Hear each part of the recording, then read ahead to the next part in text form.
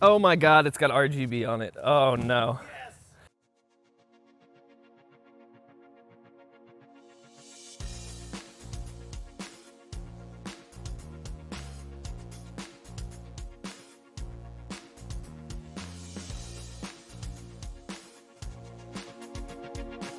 Welcome to Two Dudes Audio.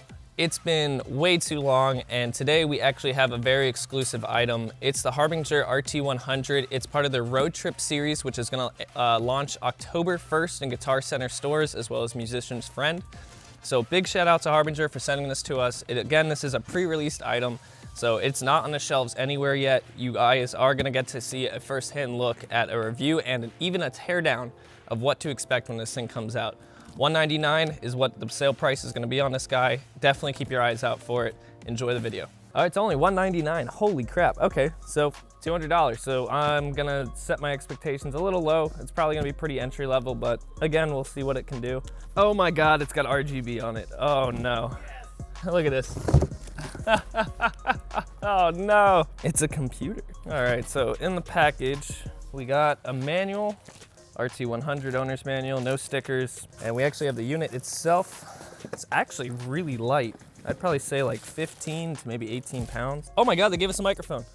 XLR to 1/4-inch cable. We have your 3-prong power cable that actually uses an earth ground. Oh my God, I love it when they actually use the earth ground. I got a 3-foot, maybe 4-foot cable. So on the back, you have a little power switch with your power in socket. Then you also have a telescopic handle. You have input 1 and 2, which is one of your XLR/1/4-inch combo ports, a left mono and a right, and an aux input for input 3. You can, oh my God, I'm so happy they did that. You can turn the lights on or off or change their mode with this button. You have your battery indicators, input levels. You have the input 1, 2, and 3, as well as your Bluetooth gain knob. You have your master volume knob. Here's your Bluetooth selector, so you can have it off, on, pair. And then your charger port only does 1 amp. That's probably just good enough to do most smaller phones. You definitely want to make sure that USB port can support charging your phone as well as it operating at the same time. That's crazy. That actually sounds really good for vocals. I'd almost think I'm at like a little bit of a venue. Like it actually has richness to the bass, or to the vocals and everything. Okay, let's see how loud it can get. All right, so this is gonna be just about as loud as it can get. There's not too much feedback, but I don't want to get in front of it though. Is it loud and clear back there? It is. Oh, that's fantastic. It's definitely loud enough for like a wedding, outdoor wedding reception and stuff. And it doesn't sound cheap. That's what I can't get over. It actually sounds like a wedding venue or whatever is using this. That's not bad. And that's on power. That's on battery power too. Yeah, that's on battery.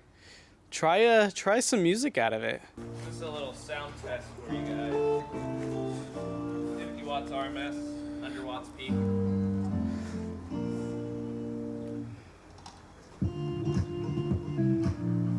Let me try and crank it. Turn it all the way up, see what happens.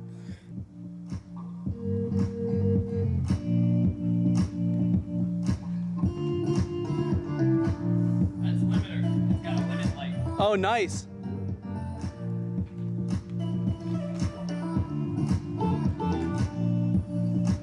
I'm very impressed. You know, that is perfectly good for like an outdoor, like a little outdoor wedding for background music and for vocals for, you know, that's definitely loud enough.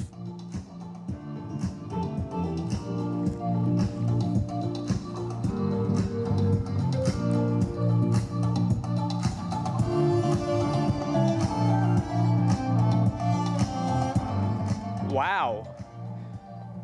That sounds great. There you guys have it. I mean, that's a little sound test for you. Going into this, I mean, we saw the RGB lights, we saw the price tag, we were kind of like, you know, let's give it some hope. This thing sounds awesome for freaking $200. This is more than what you need for just about any small venue. I definitely wouldn't recommend this for like anyone over 10 to 15 people. Anything over that, you're gonna lose too much sound through the crowd, but for what it is, this thing is awesome. I'm very impressed with its actual clarity, the bass response, the vocal clarity, Everything about it actually has surpassed our expectation. Harbinger did an amazing job with this. The only complaint I could really say about it is that it did say we have a treble and bass knob, but we cannot seem to find it. It might have an app for this. We haven't really checked. Again, we don't really know much about it because Harbinger out of the blue is like, hey, you guys want to try something? And we're like, sure, why not? Furthermore, let's just let's take it apart and see what's actually in this thing that makes this thing sound so freaking good for 50 watts RMS, 100 watts peak, $200. I mean, very impressed.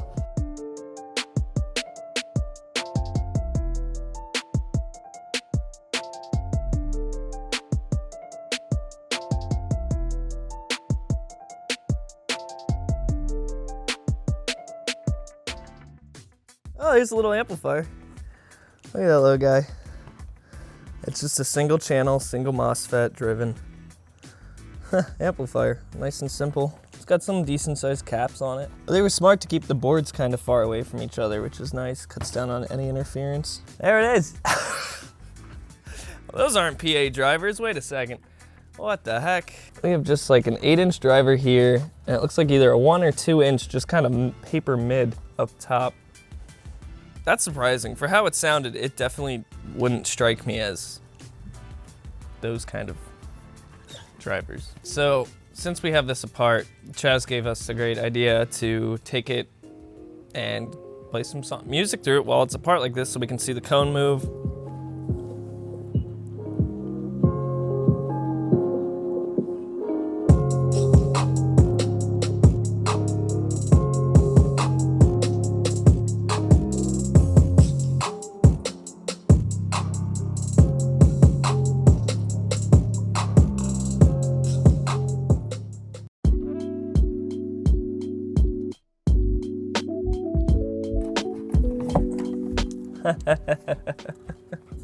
Oh, there's another amplifier in there. Oh, actually that's the power supply board. I'm stupid. Basically what you see here is you have your typical 8-inch driver. I mean, it's nothing that's too bad. It's got a decent sized magnet. There is no basket venting. There is no motor venting. It doesn't even have a flat spider. But again, I mean, it feels pretty good. The actual material that they use for the cone kind of feels like a soft paper pulp kind of deal. It's like textured. Feels really good, to be honest, for it being a cheaper driver. They even use a rubber surround, so you don't have to worry about any kind of rot. Even if this thing did get hit by a little bit of rain, it may not be destroyed completely. It could still work just fine. For the paper dome mid, I mean, there's really not much for us to show on that. It's just gonna have a magnet like that big. So you really can't beat this. I mean, of all the little expensive JBL speakers, I've seen the little portable speakers, even some of the bigger ones made by like Google Home and stuff. Yes, those do sound good, but they tend to run out of steam very quick. Like once you really get them into the higher volumes, you either notice distortion right away, or you'll actually hear the limits of the drivers themselves in those smaller enclosures. Where when you use something that's a little bit bigger like this guy, you're gonna have a much richer sound. It's gonna cover a lot larger of an audience. But then again, like I say, this is just for you entry-level people that are looking to only do small venues, 10 to 15 people. This thing will do fantastic. We'll go over the specs real quick just to give you a full idea of what we have. So to cap everything off yet again, we have 3 inputs. 2 of them are XLR and 1/4 inch. One of them is a Bluetooth input. You also have pre-selected gains on those inputs for guitar, vocals, or line in. So from that, it kind of tells what the amplifier, what signal level is going to be coming in and what frequency to really focus on. Bass EQ and treble EQ knob that they say they have on this thing, but we haven't been able to find it. We think it's possibly in an app. It's a plus and minus 12 dB shelf type potentiometer that does 100 hertz for the lower frequency EQ knob, and then for the higher frequency EQ knob, it's at 10 kilohertz with the same plus or minus 12 dB shelf. For volume, you just have a volume control per channel, so that's more per input. The battery information, which I know a lot of you battery buffs are definitely gonna know, it's a 12 volt, so it's your standard lead acid battery.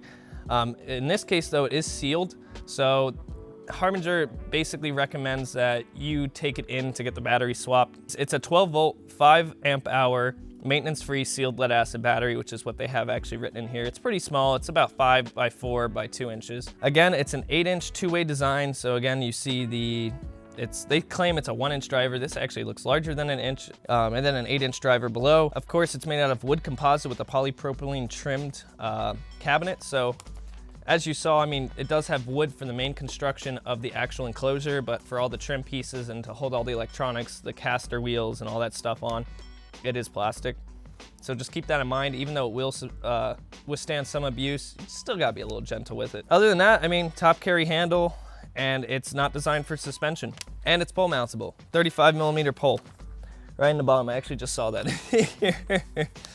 So again, the net weight of it's only 26 pounds. It's very light for what it is, easy to carry around with you, especially with the telescoping handle and wheels. Thanks again, Harbinger, for sending this thing out. I mean, we're thoroughly impressed, even though it doesn't use anything special, really. It's nothing that you go to your buddy and say, hey man, I just got, like, it's a great reliable unit and it sounds very good for what it is. So we definitely recommend picking one up for 200 bucks. Again, a lot of portable speakers in this kind of price range are not gonna be able to do what this thing can do, especially with the XLR inputs, the 1/4 inch inputs, the Bluetooth, the line in, the ability to have a guitar playing with vocals, you know, stuff like that. And it's really not ugly. And it's not hideous. When we put this grill on and had the lights going and everything, it actually looked like a pretty quality unit. Like if I saw this, a street performer using this, I would actually go up to them and be like, man, that's a pretty nice speaker. Like, what is that? It's not too gimmicky. That's the biggest thing. Like a lot of those RGB style speakers you see, they put the LEDs on the cone and make them flash and everything. This actually uses a solid trim piece that has specific designs. And just, it's more subtle. That's really what I'm trying to say. It's more subtle. But anyways, thanks again, guys. This has been Two Dudes Audio. This has been the Harbinger RT100. Thanks again, and we'll see you sometime.